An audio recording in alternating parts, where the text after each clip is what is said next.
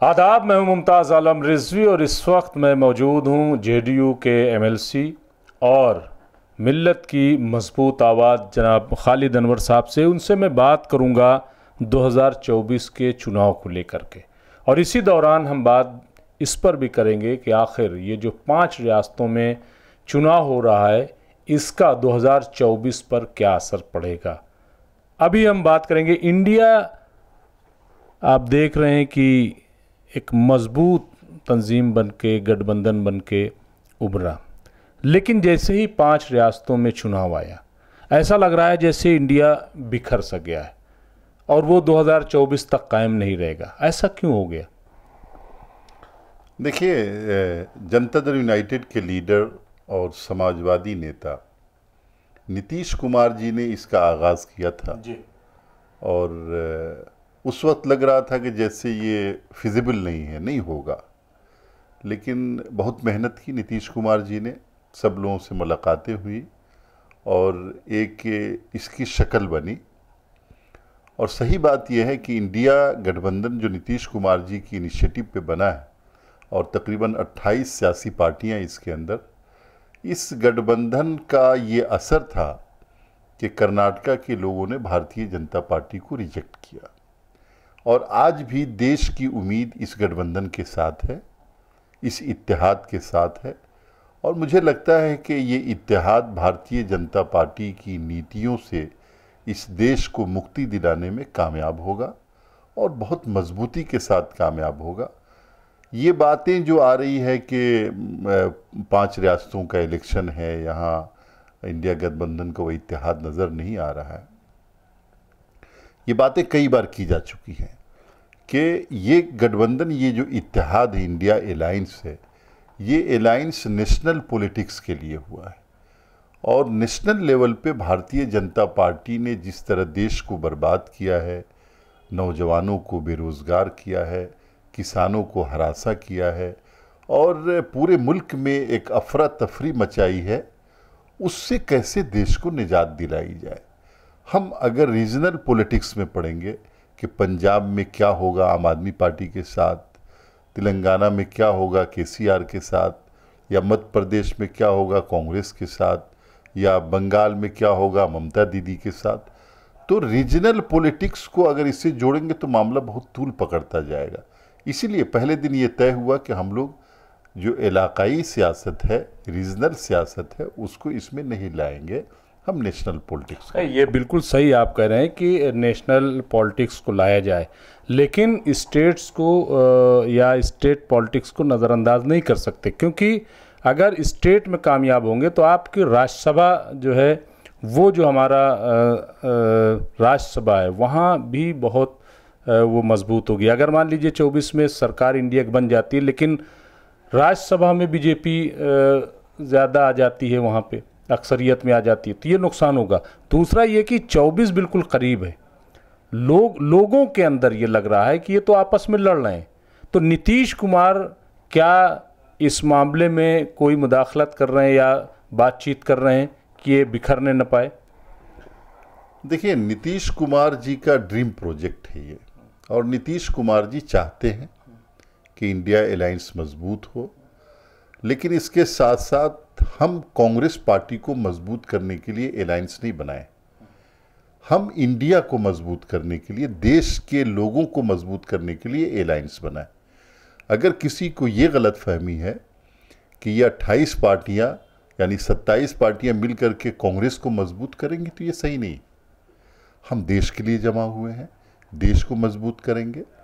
जहाँ तक इसकी बात है, जिन रियासतों में कांग्रेस मजबूत है वो लड़ रही है, लेकिन ये नहीं कहा जा सकता कि कोई भी पॉलिटिकल पार्टी अपने वजूद का सौदा कर ले और यानी 28 के 28 पॉलिटिकल पार्टी हैं, सबका अपना एजेंडा है, सबका अपना नज़रिया है, सबके अपने लोग हैं, तो लड़ेंगे, इलेक्शन तो लड़ेंगे, जाएंगे ही। लेकिन ये मैसेज नीतीश कुमार जी, इंडिया गठबंधन के नेता, देने में कामयाब हुए हैं देश को कि हम कौमी सतह पे एक हैं, एक रहेंगे, और भारतीय जनता पार्टी से अगर 130 करोड़ लोग परेशान हैं तो उनको हम निजात दिलाएंगे। नहीं, उनको निजात दिलाएंगे। और आप ये कह रहे हैं कि साहब कांग्रेस को हम मजबूत नहीं करेंगे। कांग्रेस भी ये तो नहीं कह रही कि आप हमें मजबूत कीजिए, लेकिन सवाल ये है ना कि उत्तर प्रदेश जो है हिंदुस्तान का सबसे बड़ा सूबा है। उत्तर प्रदेश में चुनाव भी नहीं है। अखिलेश यादव का उत्तर प्रदेश में तो अच्छा खासा प्रभाव है, असर है, लेकिन मध्य प्रदेश, राजस्थान, अगर राजस्थान में ये मजबूती से लड़ते हैं तो आप बताइए क्या वहाँ कांग्रेस को नुकसान नहीं होगा? या कोई ऐसा वहाँ पे कोई इत्तेहाद नहीं कायम हो सकता था स्टेट लेवल पर? ये क्यों नहीं हो सका है? कि आप बिहार में तो गठबंधन बनाए हुए हैं ना, वो भी तो स्टेट है। जब वहाँ हो सकता है तो यहाँ क्यों नहीं हो सकता था? देखिए, ये दो पार्टियों का मामला है, और मध्य प्रदेश में अखिलेश यादव जी से क्या वादा हुआ कांग्रेस पार्टी ने किया, या राजस्थान में अखिलेश यादव जी या समाजवादी पार्टी का क्या वर्कर्स क्या कह रहे हैं, तो ये दो पॉलिटिकल पार्टियों के बीच में जो बातें हुई उसमें मेरे ख्याल से किसी को मुदाखलत नहीं करनी चाहिए। ये कांग्रेस और समाजवादी पार्टी का मामला है और ये इलाकाई मामला है। इसमें नीतीश कुमार जी न तो मुदाखलत करेंगे और न ही इस बात को पसंद करेंगे कि इसको इंडिया गठबंधन के लेवल तक ये बातें उठाई जाएं। जहाँ तक बात है कि उत्तर प्रदेश में क्या होगा 2024 में, ये तय है कि इंडिया अलायंस का एक उम्मीदवार होगा, उत्तर प्रदेश में भी, बिहार में भी, बंगाल में भी, और भारतीय जनता पार्टी जितनी भी कोशिश कर ले इंडिया अलायंस को बिखेरने की, हम लोग कम से कम जो रीजनल पार्टियां हैं, नीतीश कुमार जी हैं, ये कोशिश कामयाब नहीं होने। मतलब एक के सामने एक जो है, जो आप लोगों ने तय कर रखा है 450 सीटों पे, वो उस पे कायम रहेंगे। हम लोगों की तरफ से यही कोशिश है, इंडिया गठबंधन की तरफ से हम लोग कायम हैं इसके ऊपर। और जो देश से वादा नीतीश कुमार जी ने, ममता दीदी ने और अरविंद केजरीवाल ने, सब लोगों ने किया है, वो वादे पे हम लोग अटल हैं, कायम रहेंगे। बाकी देखते हैं क्या होता है। देखिए, बिहार में जिस तरीके से आरजेडी है, जेडीयू है, कांग्रेस है, मुत्तहिद हो गए 15 में, सुपड़ा साफ हो गया, मोदी जी की लहर रुक गई। लेकिन 20 में अलग हुए, तो आप देख लीजिए उत्तर प्रदेश की वही सूरत हाल है। कांग्रेस और समाजवादी पार्टी और बीएसपी, 17 में कांग्रेस और समाजवादी पार्टी एक साथ रहे तो कोई फ़ायदा नहीं हुआ। 19 में बीएसपी और एसपी रहे, तब भी कोई फ़ायदा नहीं। तो क्या ऐसे में ये आपको नहीं लगता कि मायावती को किसी तरीके से शामिल कराया जाए? देखिए, एक बात समझिए मुमताज़ साहब, कि अगर आप ये समझते हैं कि 3 पार्टियों का गठबंधन होगा और हम लोग जीत लेंगे, इसको हमें अपने दिमाग से निकालना चाहिए। हमें बॉटम लाइन तक ये बात पहुंचानी होगी और ये समझना होगा कि भारतीय जनता पार्टी क्यों कामयाब हो रही है, उसकी वजह क्या है। मायावती जी आए गठबंधन में, बहुत अच्छी बात है, अखिलेश जी गठबंधन में हैं और कांग्रेस पार्टी है, सभी है। हम लोग तो चाहेंगे कि जितनी लाइक माइंडेड पार्टियां हैं वो सब लोग इसमें इस कश्ती के सवार बने। लेकिन इसका मतलब ये नहीं है कि हम किसी की वजह से देश के लोगों को बेहाल या ज़ारो कतार हालत में छोड़ देंगे, ऐसी हालत में छोड़ देंगे कि परेशान हैं, नहीं छोड़ सकते हैं।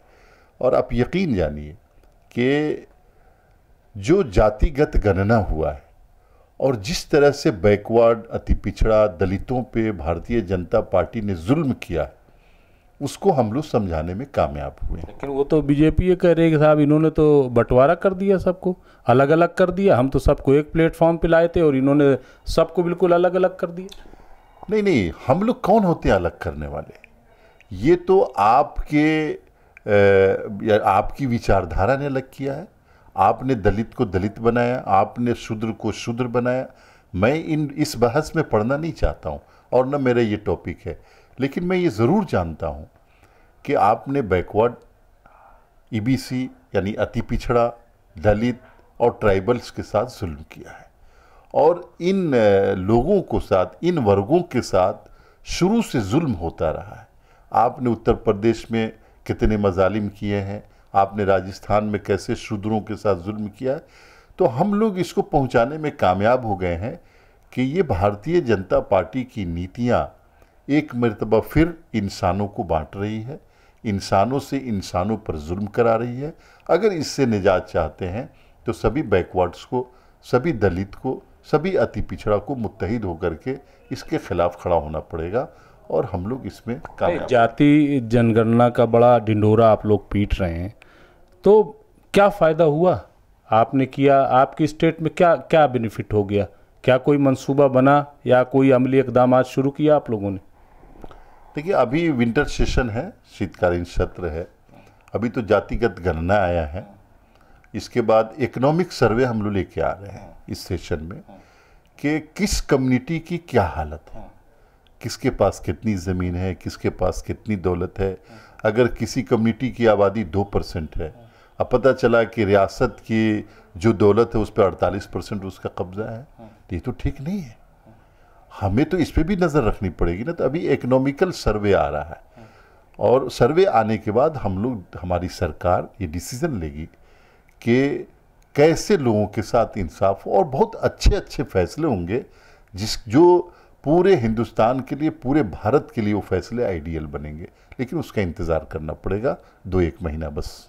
नहीं, ये सवाल इसलिए उठता है, और ख़ास तौर से माइनॉरिटी की बात करें तो सच्चर कमेटी की रिपोर्ट बनी, 73 रिकमेंडेशन दी गई, बड़ी उम्मीदें हो गई। यूपी में 23 सीटें कांग्रेस 2009 में जीत गई, लेकिन हुआ क्या? इसलिए लोग सोच रहे हैं कि ये सिर्फ चुनावी हथकंडा तो नहीं है। नहीं, देखिए, आप सच्चर कमीशन की जो सिफारिशात हैं उसको एक पन्ने पे लिख लीजिए और फिर आइए बिहार में। आपको लगेगा कि सच्चर कमेटी की जो जो सिफारिशात है सबको लागू किया हमने। एक सिफारिश ऐसी नहीं मिलेगी जिसको बिहार में लागू नहीं किया गया। और आपको कि हर ज़िले में हमने माइनॉरिटीज़, अक़लियती रिहायशी स्कूल तकरीबन 55-60 करोड़ रुपए की लागत से बनाया। हर ज़िले में मल्टीपर्पज़ बिल्डिंग बनाया तकरीबन 7-8 करोड़, जिसमें मुसलमान बच्चे रहें, उसमें नुमाइश हो, उसमें बिजनेस सेंटर हो, उसमें ये हो। हर जगह जो है ना, नौकरियों में अभी जैसे टीचर्स की नौकरी आई है, तकरीबन 1,20,000 को अपॉइंटमेंट दिया गया। आप देख लीजिए, 15% से कम मुसलमान नहीं इसके अंदर। तो बिहार सरकार ने एक एक चीज़ को ज़मीन पे उतारने की कोशिश की है। चाहे जितनी भी दरगाहें हैं सबको सरकार ने मॉडिफिकेशन कराया, पैसा लगाया अपना। जितने मदरसों को जाके देख लीजिए, मदरसों को बनाने के लिए हम लोग 4-4 करोड़ 5-5 करोड़ रुपया दे रहे हैं कि आप अपनी बिल्डिंग बनाइए खुद से। तो सारी रिकमेंडेशन हम लोगों ने लागू की है। ये बात जो आप कह रहे हैं कि कांग्रेस पार्टी ने दिया था रिजर्वेशन, 4%, 5% मुसलमानों को रिजर्वेशन दिया था। कहाँ दिया था? नहीं दिया था जिसको, नहीं, सब कोटा की बात आप कर रहे हैं, 27%। नहीं, सब कोटा की बात नहीं है। नहीं, जो 4% के करीब रिजर्वेशन दिया, जिसको सुप्रीम कोर्ट ने स्टक कर दिया था, उत्तर प्रदेश 2012 के इलेक्शन से पहले दिया था। आप पढ़िएगा, याद होगा। नहीं, मैंने पढ़ लिया। आप जो बात कर रहे हैं, मुझे पता है कि बीजेपी ने अपीजमेंट का इल्ज़ाम लगाया था, काफ़ी हंगामा हुआ था, लेकिन वो 4.5% जो था, वो 27% जो रिजर्वेशन था उसमें सब कोटा था। जी। और उसमें 6 माइनॉरिटीज़ थी, वो कोई सिर्फ जो है मुस्लिम को नहीं था, लेकिन वो भी नहीं हुआ था। हाँ, वही देखिए, होता क्या है कि कुछ बातें ऐसी हैं जो अभी मैं कहना नहीं चाहता और मुनासिब भी नहीं है। जब अलायंस बना है तो कुछ चीज़ें, ज़रूरी नहीं कि हर बात को मीडिया में कहा जाए, लेकिन कमियां तो थी और उन कमियों को मुझे लगता है इंडिया में दूर होगी। हाँ, इंडिया गठबंधन और जो लीडर्स है इसमें, ममता दीदी हैं और ख़ास तौर से नीतीश कुमार जी, जो बहुत काम करने में यकीन रखते, इस गठबंधन में है, तो वो सारी कमियां दूर होंगी और सभी तबकात के साथ, चाहे जो भी वर्ग हो, उनके साथ इंसाफ। एक बहुत इम्पॉर्टेंट सवाल, हर पार्टी के जो लीडरान हैं वो अपने जो नेता हैं उसका नाम लेते हैं कि वही पीएम चेहरा होंगे। अखिलेश यादव के यहाँ भी आपने सुना होगा कि साहब अखिलेश यादव होंगे, कोई कह रहा है ममता बनर्जी होंगी, कोई कह रहा है कि शरद पवार होंगे, मतलब हर कोई जो है। तो क्या आप भी ये कहते हैं कि नीतीश कुमार जो है पीएम चेहरा होंगे? देखिए मुमताज़ साहब, सभी पॉलिटिकल पार्टियों के कार्यकर्ताओं को ये हक है कि अपने नेता के बारे में कहें कि वो प्राइम मिनिस्टर के चेहरा है। और इसमें भी कोई शक नहीं है कि इंडिया अलायंस में जितनी पॉलिटिकल पार्टियां हैं उनका कोई लीडर ऐसा नहीं है जो प्राइम मिनिस्टर के लायक ना हो। नहीं, नीतीश कुमार है कि नहीं, मैं सबकी बात नहीं कर रहा। कोई लीडर ऐसा नहीं है जो प्राइम मिनिस्टर के लायक नहीं मैं हो। नीतीश लेकिन बहैसियत जनता दल यूनाइटेड के वर्कर के मैं तो चाहूँगा कि नीतीश कुमार जी बहुत अच्छा काम करते हैं, उनको प्राइम मिनिस्टर के कैंडिडेट हों। लेकिन एक चीज़ तय है कि हम कलेक्टिव लीडरशिप में इलेक्शन लड़ेंगे और इलेक्शन के बाद ही ये तय होगा कि कौन इस मुल्क का प्राइम मिनिस्टर बनेगा। अभी हमारे सामने ये मनसब नहीं है कि प्राइम मिनिस्टर कौन हो, ये इम्पोर्टेंट नहीं है। हमारे लिए इम्पोर्टेंट ये है कि भारतीय जनता पार्टी की नीतियों से देश को कैसे आज़ादी मिले, ये इम्पोर्टेंट है। बाकी सब चीज़ें तय हो जाएंगी। नहीं, लेकिन जो देश का पॉलिटिकल सिनेरियो बना हुआ है चेहरे का, और एक बड़ा चेहरा जिसको बताया जाता है कि भाई पीएम नरेंद्र मोदी हैं, तो उसके सामने बड़ा चेहरा कौन हो, कौन ऐसा है जो सामने आए। राहुल गांधी को प्रोजेक्ट किया जा रहा है, ऐसा नहीं, आप देख लीजिए, और कोई भी डेलीगेशन जाता है तो उसमें राहुल गांधी आगे आगे होते हैं। इसका क्या मतलब है? देखिए, हमारा देश जो है ना, प्रेसिडेंटियल मेथड ऑफ इलेक्शन नहीं होता यहाँ पे पार्लियामेंटेरियन चुने जाते हैं, मेंबर्स ऑफ पार्लियामेंट चुने जाते हैं। ये बदकिस्मती है इस मुल्क की कि 2004 में कोई प्राइम मिनिस्टर का चेहरा नहीं था, 2009 का इलेक्शन हुआ, कोई प्राइम मिनिस्टर का चेहरा नहीं था। मनमोहन सिंह जी थे उस वक्त प्राइम मिनिस्टर थे, लेकिन चेहरा नहीं था। उससे पहले भी इलेक्शन हुआ, कोई प्राइम मिनिस्टर का चेहरा नहीं था। ये भारतीय जनता पार्टी ने प्रधानमंत्री ला करके, माननीय नरेंद्र मोदी जी को ला करके एक सोच, एक परसेप्शन ये बैठाने की कोशिश की कि हम प्राइम मिनिस्टर कौन होगा आपका। भाई ये तो संविधान के भी खिलाफ है और इस बात के भी खिलाफ है कि हमारे यहाँ जो डेमोक्रेसी वो प्रेसिडेंटियल नहीं है। हम पार्लियामेंट के मेंबर चुनते हैं और उन मेंबर्स को राइट है कोई प्राइम मिनिस्टर को चुनने का। अगर पहले दिन भी अगर किसी की घोषणा करते हैं, उस वक्त एमपीज नहीं चाहेंगे तो नहीं हो सकता वो। तो मेरे ख्याल से बेहतर तरीका ये है कि इलेक्शन के बाद ही प्राइम मिनिस्टर का कैंडिडेट एमपीज चुने, वो ज़्यादा अच्छा होगा, बजाय इसके कि हम भारतीय जनता पार्टी के ट्रैप में फंस करके इस पे बहस करें। आखिरी सवाल, 2024 में क्या इंडिया गठबंधन जीतेगा, और जीतेगा तो क्यों, और बीजेपी हारेगी तो क्यों? देखिए, इंडिया गठबंधन क्या, भारत जीतेगा, इंडिया जीतेगा। उसकी वजह क्या है कि आज इंडिया गठबंधन इलेक्शन नहीं लड़ने जा रहा है, देश के लोग इलेक्शन लड़ने जा रहे हैं। और इतनी नाराज़गी है भारतीय जनता पार्टी की हरकतों से, नीतियों से, उनके लीडरों के बड़बोलेपन की वजह से और डिक्टेटरशिप की वजह से कि इन्होंने पूरी तरह से देश में डेमोक्रेसी को ऑटोक्रेसी में तब्दील कर दिया है।